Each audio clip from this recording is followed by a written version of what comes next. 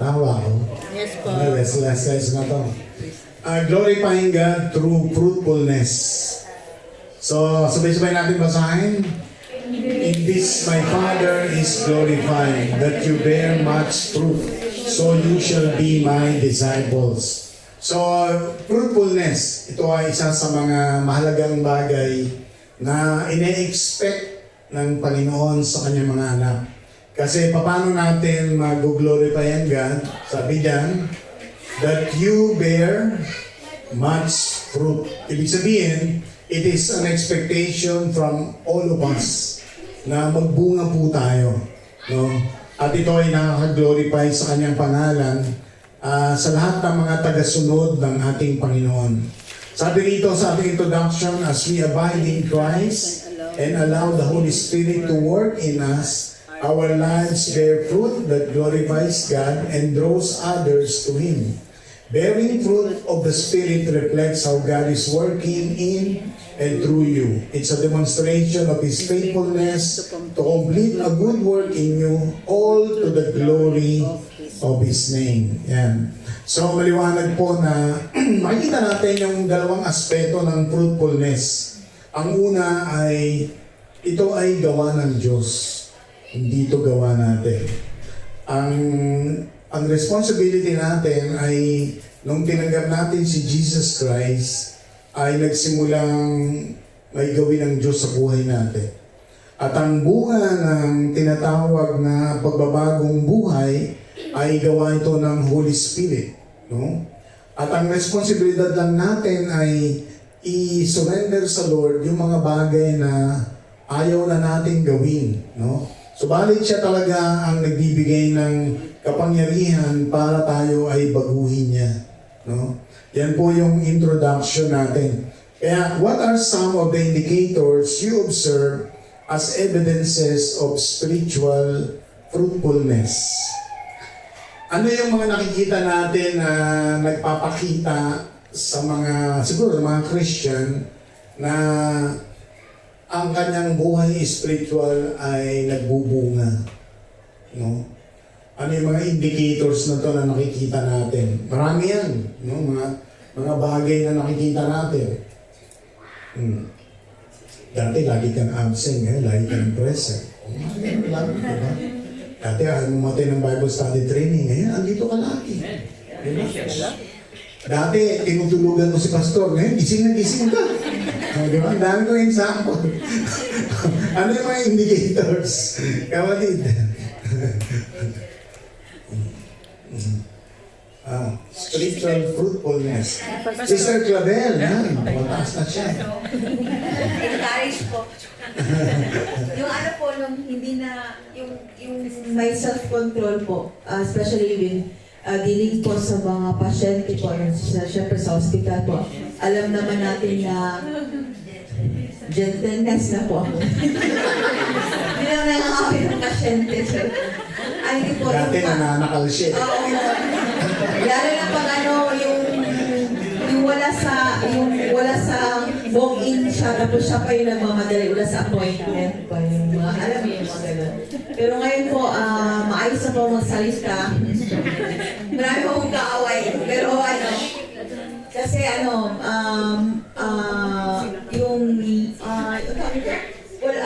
yung the way ka magsalita po, wala pong gentleness. Aside from, siguro sa ganyan, siguro pag Bisaya ka, di ba?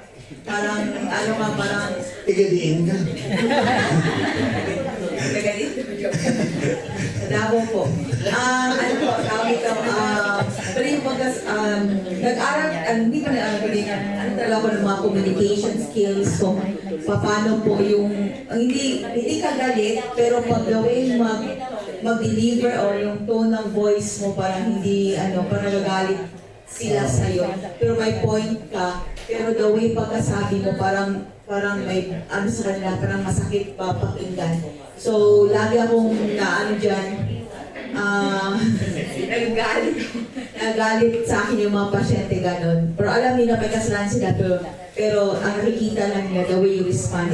And as a Christian po, parang siyempre, by the grace of God po, yung parang binago ng Panginoon ang gawin ka magsalita para nakikita mo, ba't ganyan akong magsalita, ang sungit-sungit, tapos nag-aano nga na, ay, Christian ako, parang nakakahiya sa Panginoon yun ba? Yung ganun. Yan, praise the Lord. Sino ba po may nagtaas yan? Sister Julie. Ayan din, customer service din din.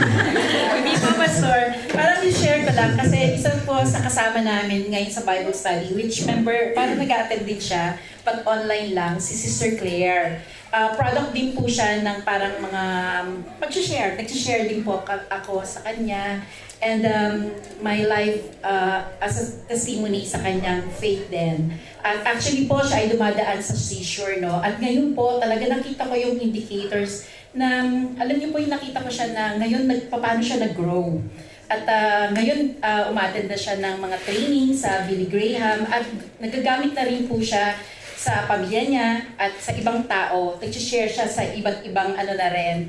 And truly, the Lord is good. Kahit po sa Bible study namin, kahit nagsisisor siya, nahirapan siya mag-speak, pero she tried her best by the grace of the Lord. Nakapag-speak po siya last time sa amin. So truly, the Lord is good. At sabi nga, no, huwag tayong titigil. At pag tuwing nakikita ko siya, nabibless ako sa buhay niya. At talaga nakikita niya ang kalakasan niya ay nagmumula lamang sa Panginoon. Na kahit na sila ay may mga sakit, asawa niya at siya, at kahit nagsisisure siya, talagang umaattend siya, talagang yung napakagutom na gutom siya.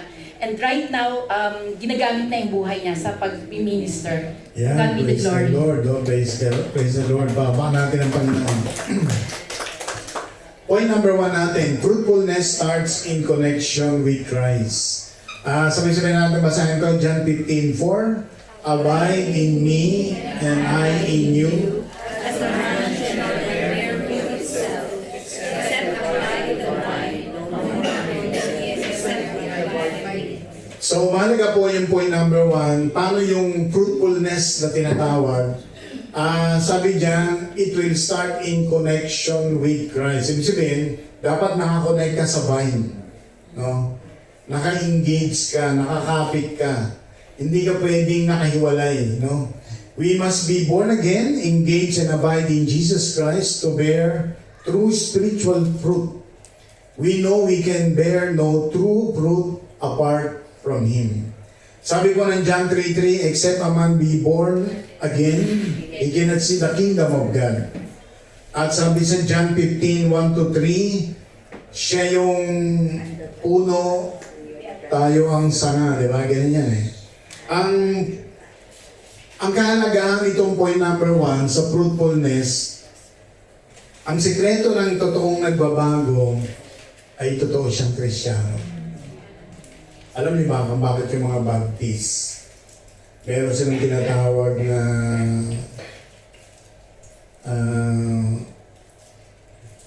once saved, always saved. Sa kanila nagsimula yun. Ang dahilan nila, kapag ang isang nagsasabing Kristiyano ay hindi mo nakikita yung change life o yung pagbabago, manifestation ng fruit ng Holy Spirit, sa kanila, yung malalalim na Baptist, lalo na yung mga conservative, hindi sila Kristiyano. Hindi sila Kristiyano. Ang tingin nila doon, pwedeng attendee lang sila o mga unbeliever pa din sila. No? Ganun ang tingin nila doon. Kaya, sa kanila, pag totoo ka naging Kristiyano, magbubunga ka talaga. Ganun sa kanila. Kaya, yung point number 1 na to, napakahalaga ito, maintindihan natin na ang Kristiyano pala talaga, na tunay na talagang Kristiyano, pag nakakapit ka sa sanga, imposible hindi ka magbabago. Talagang magbabago ka. You will be grounded eh. Sabi ng Philippians, you will be grounded, no? With the Word of God, rooted. Sabi gano'n. So, ibig sabihin, ang Diyos ang kikilos sa'yo para baguhin ka niya. No? Kahit na ayaw mong mabago, babaguhin ka pa rin ng Panginoon. Kasi naka-engage ka kay Jesus eh. Nakakapit ka. Nakakonect ka. No? Yun po yung kahalagahan niyan. Give some practical ways that the Christian may stay connected to Christ. in his spiritual life.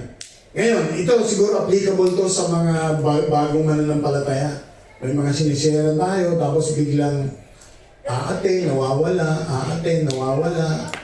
Minsan, magpapakita, minsan, nawala na naman. Diba? Mga ganun. Ano yung mga practical ways na dapat mai-connect natin sila lagi? Stay connected. Ano yung mga practical ways sa mga ganun, sa tingin nyo? Kasi maraming ganyan pag nagsisimula, di ba? Na aaten, nawawala, yan, Sister Lovely. For me po, sobrang karaga po na lagi kang maanan talaga ng mga gawain. Sobrang Praise God. So yun po, kailangan po talaga na for us to be truly, yung continuous yung connection natin sa Panginoon is yung pag-gather talaga isama-sama. Meron po akong ka-churchmate dati sa Pilipinas, tapos hanggang hindi ko alam po ano nangyari sa kanya nung andito na po siya. Hindi na siya iniwala sa church, ganyan. Parang okay lang sa kanya mag-online, ganyan. Sabi ko sa kanya na kailangan, iba pa rin yung meron kang mga kapatiran, iba yung na encounter mo yung mga kapatiran. So, iba yung growth din kapag you are in a community na nag-grow kayo together. Although, ayun, sabi nga niya, nagbabasa ka ng Bible, ganyan. Pero, for me, sobrang halaga na yung growth kasi natin is yung pag makaka-encounter ka ng mga tao na, di ba, mag-grow ka din through those people. So, yun po, yung gathering together, sobrang halaga po na hindi po natin i-miss out kahit may mga option po na mag-connect tayo online. Importante pa rin po na sama-sama po si Panginoon. Yan, praise the Lord. Yan, mga practical ways, katulad sa ating kapatid, yung fellowshipping, di ba? Bonding together, sharing together, praying together. Yan po yung mga mahalagang practical na dapat natin gawin, di ba? Para lalong maging connected sila. No? Si Brother Luke may sasabihin. Ayun po, good evening po sa lahat. Recent lang to namin nila ko I think one of the practical ways for us to stay connected, lalo dun sa mga unbeliever or sobrang layo nila kay Lord, is for us to parang analyze or i-identify muna natin kung ano talaga yung needs nila. Hindi yung agad buhos, classic example or practical example na bigay ko yung recent lang. Sila ko actually yung nag-invite dun sa parang Mark? Yun. Tapos, no, in-invite namin siya sa church, pumunta naman. Tapos kinamagang in-invite na namin sa camp, sa family camp. Itong recent lang na family camp. So, na-realize, parang naano ko kasi, lagi ko naman siyang sinasamahan doon, katabi ko. Mga question niya lagi ba may ganito? Parang, tuwing kailan may ganito? Mga ganung, niya kasi wala pa siyang hindi pa nagsisigin sa kanya yung importance or yung parang essence ng family camp. Lagi siyang, so lagi kayo may ganito. Mga ganun yung tanong niya na ano pang mga activities, ano pa yung mga ginagawa niya. Parang na-overwhelm ba siya?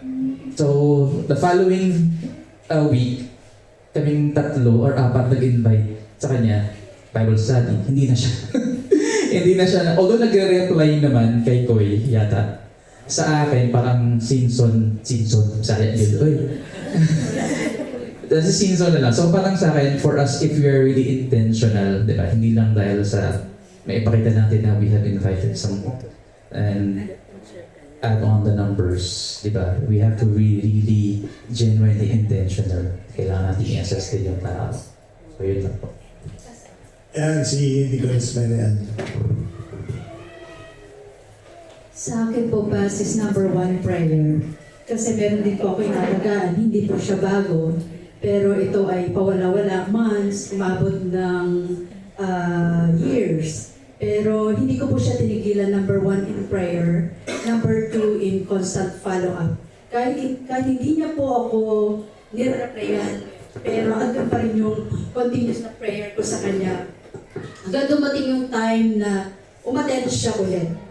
Na minsan ako lang yung nasa tabi niya sa hospital, dahil ako yung madalas yung tinatawagan, pero bilang tao, parang Nagtatampo ako kapag hindi niya ako nireplyan. Pero hindi ko siya tinigilan. Number 1 talaga po sa prayer. Yun lang po. Ayan, no, maganda po yun. No? Mahalaga po yun na talagang sa panalangin ay huwag natin siyang kalimutan. No? At lagi siyang isama sa panalangin, Sister Mona. Ayan po, dahil simula po talaga nag-desire ako ng mga new souls po. Madami po yung binigay ng Panginoon, and ang ginagawa ko po talaga sa kanila, yun din, may mga umaattend na po sa atin online. Tapos syempre ang most lang excuses kasi nila is malayo sila kasi mostly GLT, ganyan.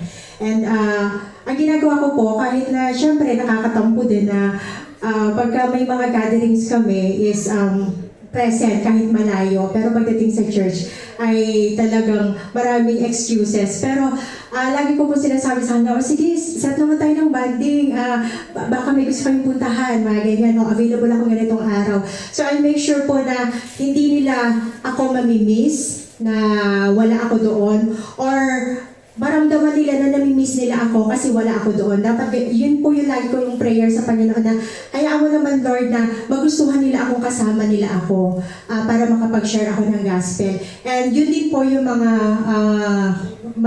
malalalim ng Kristyano dati. Tapos ngayon po ay talagang totally parang wala sa Panginoon. And nakita ko po yung change kasi din ng spiritual life nila. Dati, sila yung parang nagyayakag sa akin, nagyaya. Tapos ngayon ako na po yung nagyaya sa kanila. And most of the time po, makaka-receive ako ng message na, Ate, sorry, late ako nagising. Ang sinasabi ko po, habol ka pa. Praise and worship pa rin natapos, hindi pa yung preaching. So yung mga ganung bagay po na kahit minsan bilang isang Kristiyano, hindi, sabi natin may nakakatampo minsan. Pero ang lagi pong iniisip ay, ang Lord naman po ang kikilos sa kanila. So siguro yung pagtatampo lang po na to, dahil mahal mo po sila, tayo mo silang mawala rin sa Panginoon. And praise God po, yung mga nakaka-attend po sa atin, praise the Lord, pagka Friday worship services, nagpa-message po sila minsan na pinapakita nila, nagpipicture sila na uma-attend sila ng worship services, kahit online lang po. Praise God po. Yeah, praise the Lord. Palapakan natin ang Panginoon. Point number 2 natin, no? Spiritual truth reflects glorious transformation. Maganda po yung 2 Corinthians chapter 3 verse 18. Sabi-sabi natin ito basahin. But we all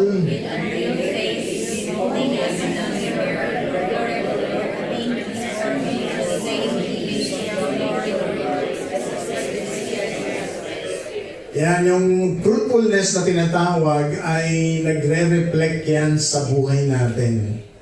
At yung reflection na yan ay tinatawag na transformation. Parang humarap ka raw sa salamin, sabi ng 2 Corinthians 3:18, you behold in a mirror, nakikita mo yung glory ng Lord sa buhay mo, na nakikita mo yung pagbabago mo. At ito ay glory to glory. Ibig sabihin, pabuti ka ng pabuti, hindi pasama ng pasama. Diba? Kaya sabi niya, no, from glory to glory. At ang gumagawa niya ng pagbabago sa buhay natin is by the Holy Spirit.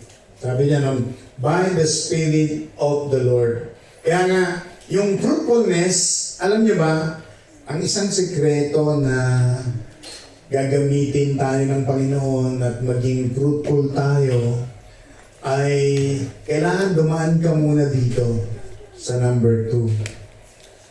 Magkakaroon ng transformation sa buhay natin. Kasi may isang basic na gagawin muna ang Panginoon na kailangan mangyari para makapag-glorify tayo sa pangalan niya. Yung pangalan niya, sabi nga nun, dapat hindi siya madungisan dahil sa buhay natin. So kailangan yung buhay natin na dating marumi ay linisin niya ito. At equip niya tayo para maging pagpapala tayo sa Kanya. At pagkatapos noon ay magiging magbubunga na tayo. No?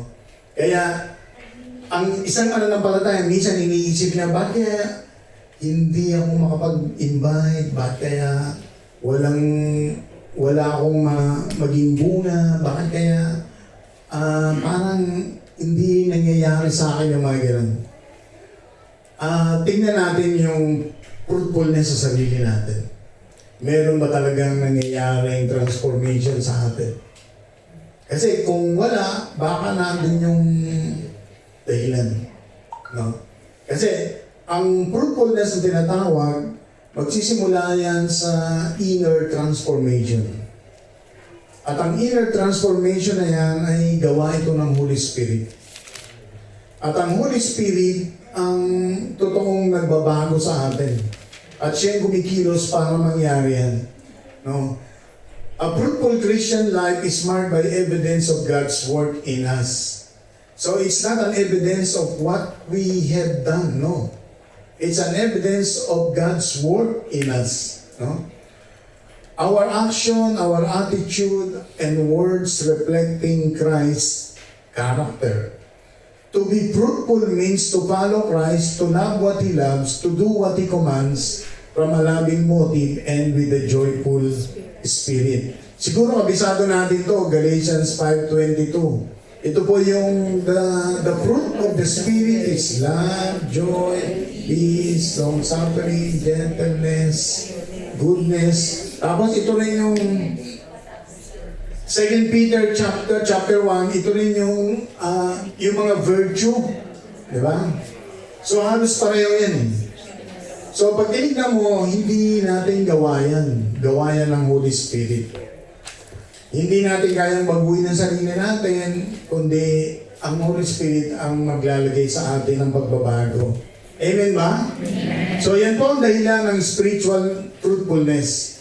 Magre-reflect yung glorious transformation sa buhay natin. Yun po yung mahalaga dyan. Can anyone give testimony on how the Lord works in his or her inner life transformation for the glory of God? Sino gusto mag-testify? Paano niya naranasan to na talagang binabago siya ng Panginoon? No? Sister Clavel, nagsalita na siya kanina eh. Dati raw, madali siyang magalit, lalo sa mga customer.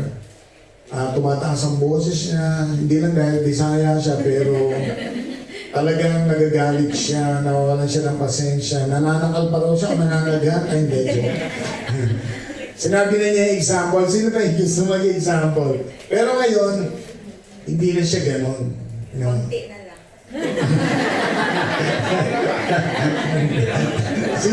Sino ba yung... sino ba yung gustong mag-testify? Meron ba dyan? Meron daw doon.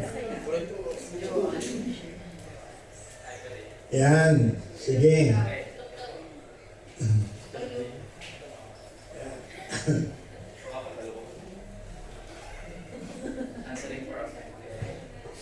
Answering for a friend po.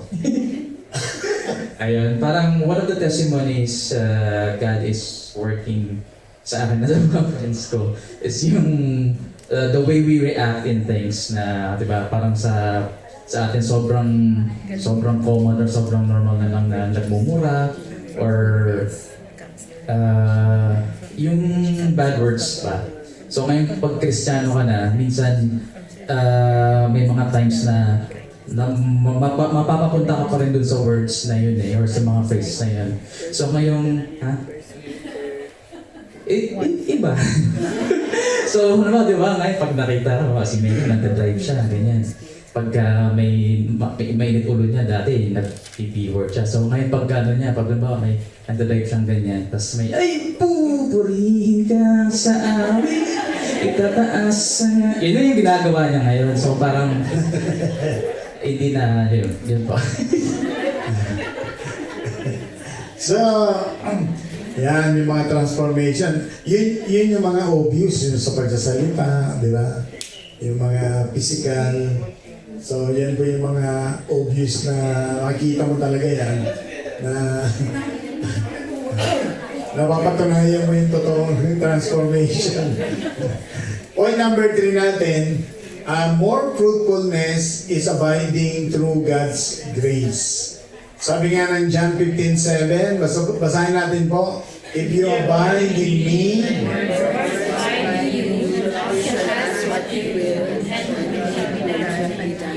yan, praise the Lord. Minsan pag tinignan mo to, parang it's about prayer. But actually, hindi.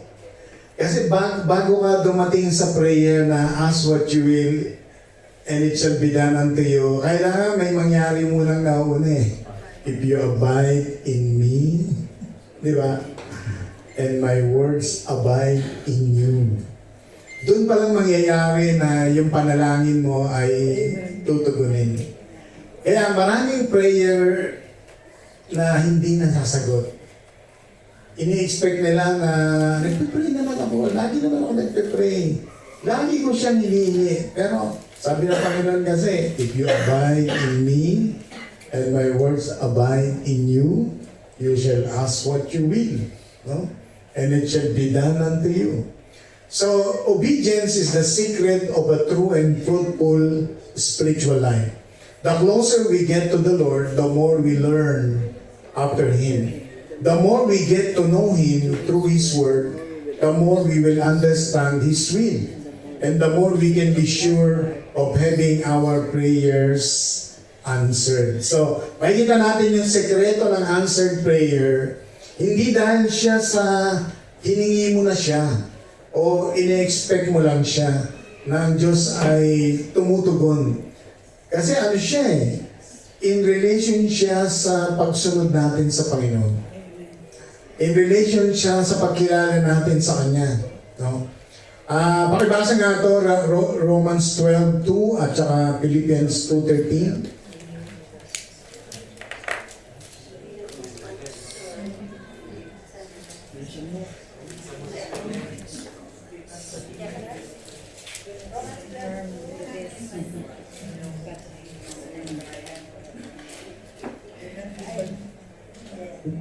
Romans 12:2, and be not conformed to this world, but be ye transformed by the renewing of your mind, that you may prove what is that good and acceptable and perfect will of God. Yan. Philippians chapter 2 verse 13. For it is God who works in you to will and to act in order to fulfill His good purpose. Yan. Yung dalawang yan, para sa more fruitfulness, makikita natin sa obedience, may responsibility tayo.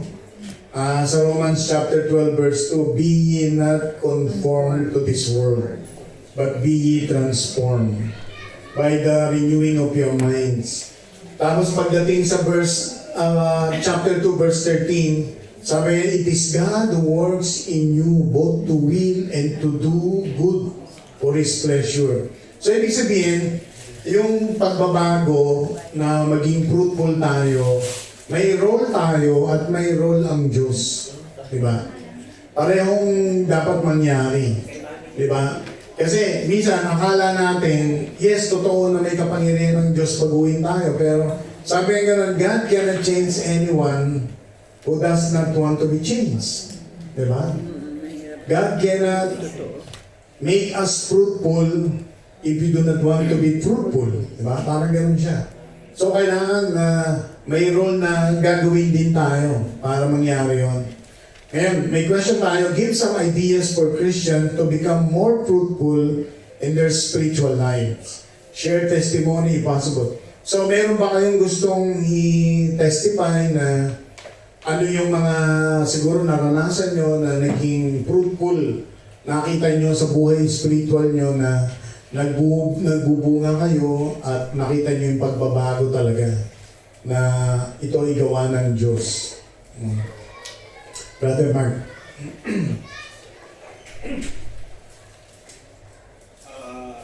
Isa po sa...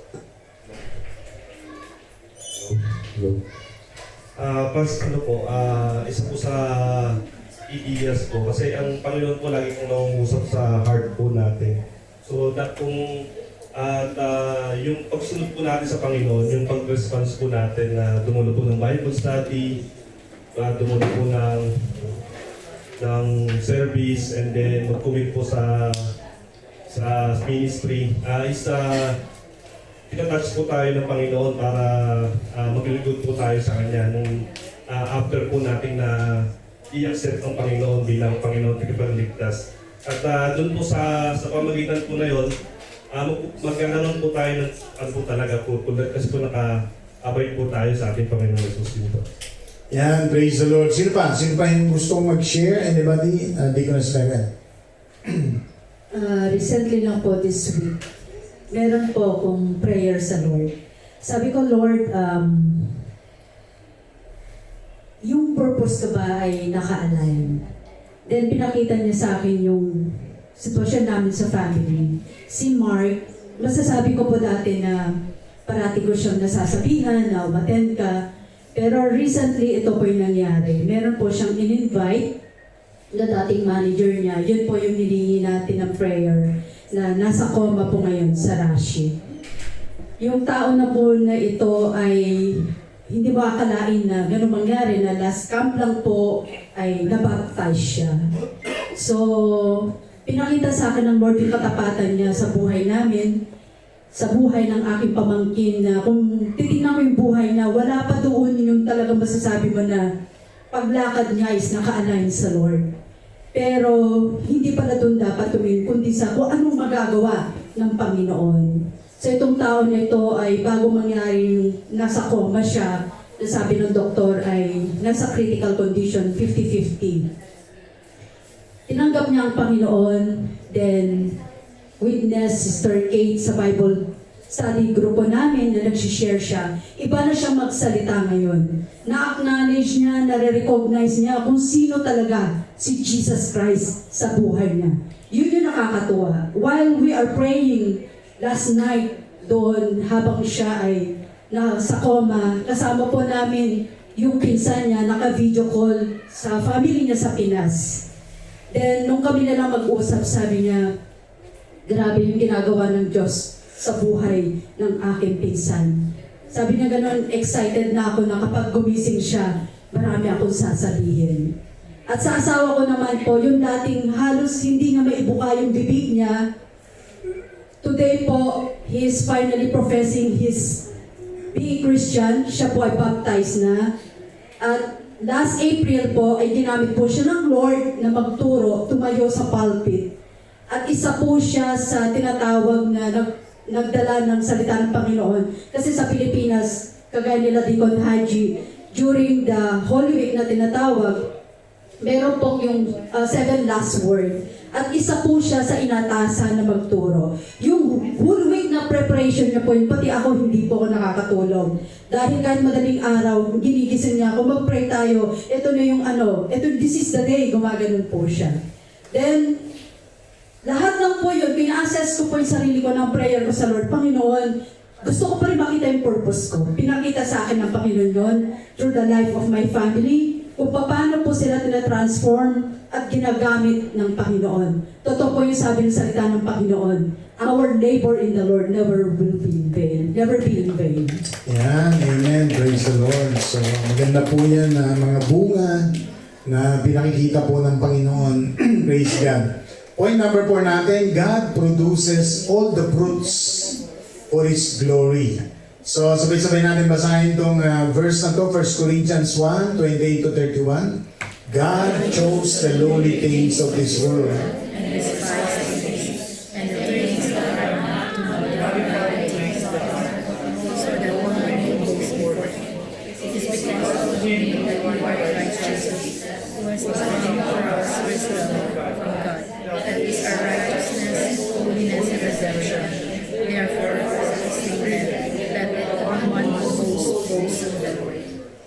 Yan, praise God. Ito po yung sinasabi na pinili ng Diyos yung mga bagay na mababa, walang halaga, walang kwenta.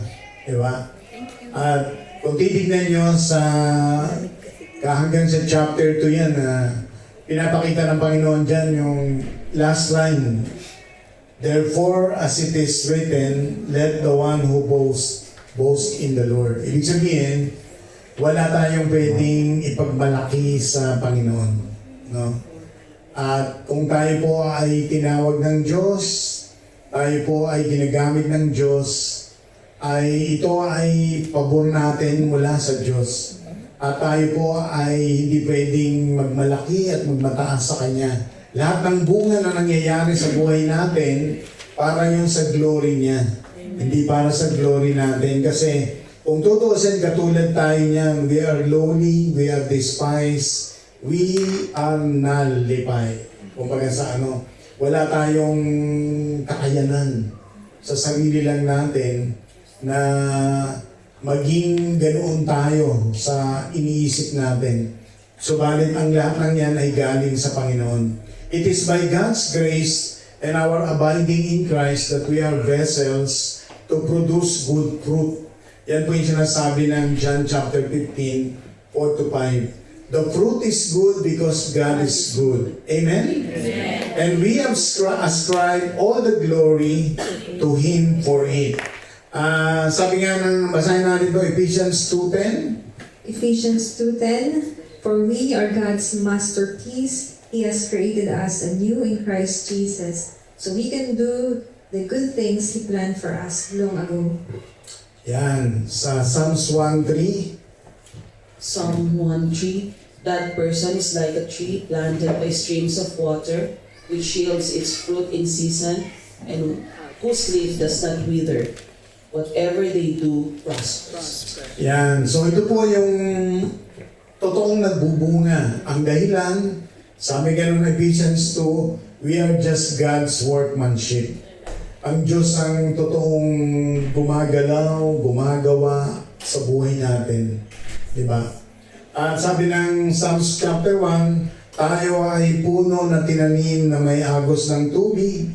Ang ating mga dahon ay hindi nalalanta o nalalaglag. Tayo ay namumunga sa tamang panahon at ang lahat ng ating ginagawa laging magtatagumpay. Amen. Amen? So, yan po yung sinasabi ng Psalms 1:3. All the fruits are for His glory sapagkat ito ay gawa ng Diyos. As Christian, in your observations, what are some reasons for being unfruitful in the kingdom of God? Baliktad naman. Ano kaya ang mga dahilan na ang mga mananampalataya ay hindi sila talaga naging fruitful sa kingdom ng Panginoon? Hindi kayo yun Yung observation lang natin to. Sinong gustong magsabi ng anong observation, dahilan na may mga Christian na hindi sila fruitful, no? Being unfruitful in the kingdom of God. Sister JC, tinataas mo yung kamay mo? Alam kong yan. Nasa yan. Okay.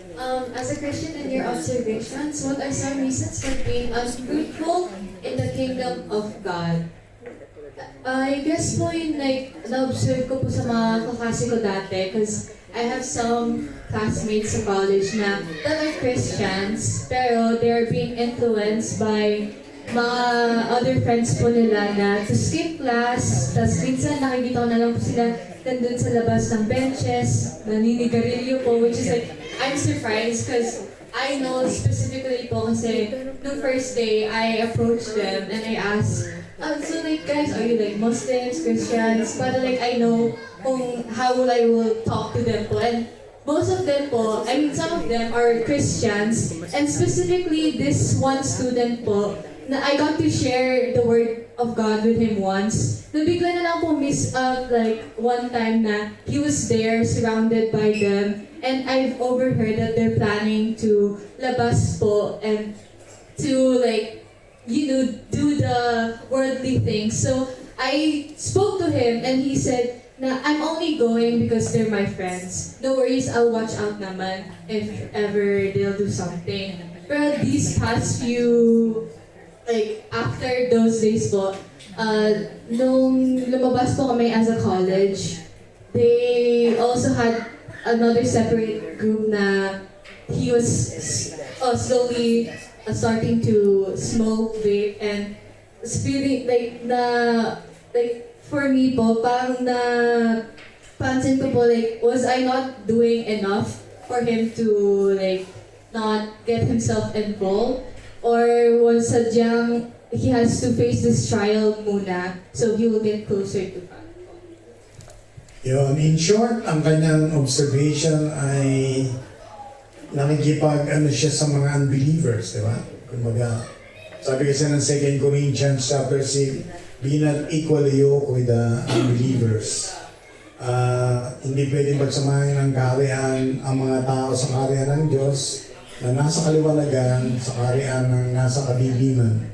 So, yun ang isang observation ni Sister JC. Sino ba? Sister Len. Para sa akin po siguro pas yung mababaw sa kanilang pananampalataya. Kasi po di ba ang buto na ihinagis sa batuhan ay hindi po magtatagal at hindi rin po magbubunga. Siguro po yung ibang mga Christian ganun sila sa kanilang pananampalataya kaya hindi po sila nagbubunga. And siguro, yung iba po siguro, sorry, tamad or hindi sila seryoso sa kanilang pagsiserve sa Panginoon. Yan. So, yung seed na yon ay napunta sa batuhan o kaya sa mga thorny. No?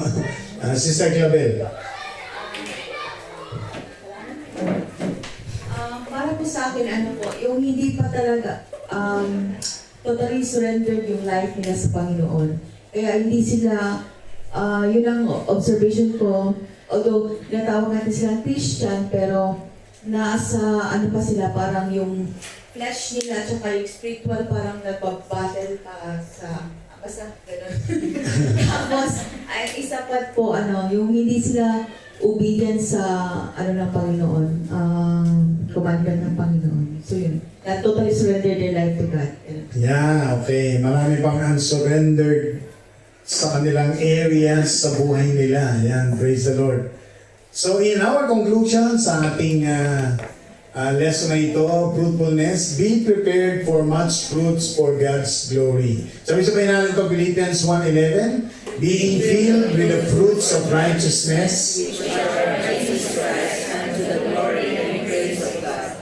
so ultimately, every act of obedience and every Christ-like quality exists not for our glory but to display God's goodness and bring Him all the glory He deserves alone.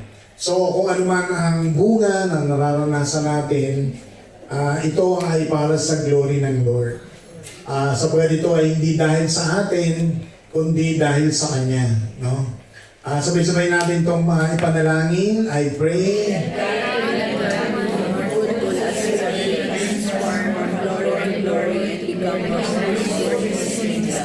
I pray that all these lessons in glorifying God will bring us to understand God's purpose in working all His glory. Yan, praise the Lord. Diyan po nagwawakas ang ating mga session. Meron po ba kayong mga tanong pa?